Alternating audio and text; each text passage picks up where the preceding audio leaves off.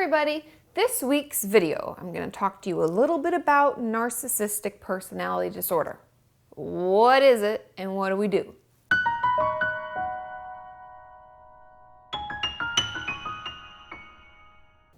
So like I said, today I want to talk with you about narcissistic personality disorder.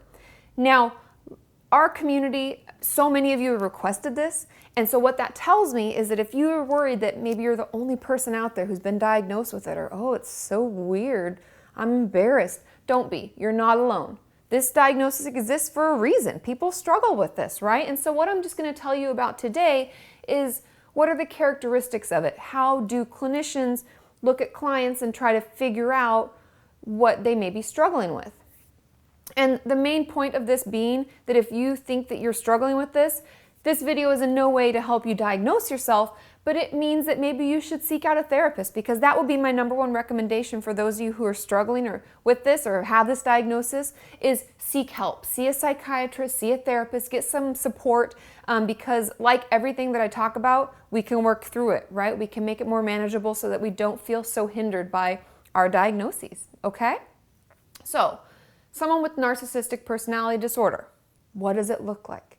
Now, the number one thing that as a therapist I'd be like, oh, that's a little red flag, maybe this is something that they struggle with, is someone who has a really inflated sense of self. They'll feel really good about who they are. I call it we're kind of puffer chesting. We're so proud, we're so excited, and we think that everything we do is like better than sliced bread. We oftentimes think that everything we're doing is great.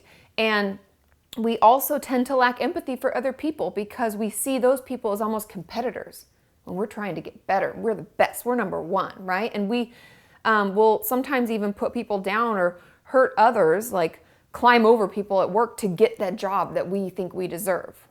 So it can be difficult sometimes for people we're in relationships with because we have to be the best and we believe we're the best, and we can be really stubborn about it too. And I can even admit I am very stubborn, so I totally understand. But this is something that will just permeate a lot of our life, and so it can be really difficult. And in school and in work, it usually comes out first because those are places of competition.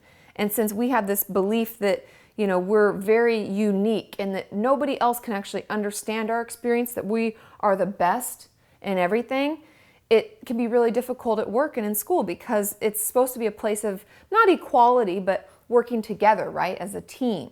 And I have my notes down here. I don't want to forget anything else. Also, we crave a lot of admiration from others and a lot of compliments, and we need constant support, I guess. And I always call it like you need a lot of pats on the back, because even though we're really puffer chesting, oftentimes if we're criticized even once, we feel horribly wounded, and it can be, we will actually really overreact to any kind of criticism. Even if it's constructive, we can feel like it's a huge put down. And it's almost like somebody took a pin to our balloon and we're like, we feel horrible. So if these are any of the symptoms that you think that you yourself are struggling with, like I said before, make sure you reach out and get help, because I'm here to help give you information that helps you better find the treatment that you need and that you deserve, because we all deserve to feel better and we all deserve to work through things, right? And have better management of any of the symptoms that we're having. And know that you're not alone. Like I said, there were so many requests for this. So if you like this video, give it a thumbs up and always leave your comments below. And make sure you add me on Google Plus and to your circles so that when you leave your comments, I can comment back and we can have a conversation. So I hope you found this helpful, and I hope you'll keep working with me, putting one foot in front of the other towards a healthy mind and a healthy body.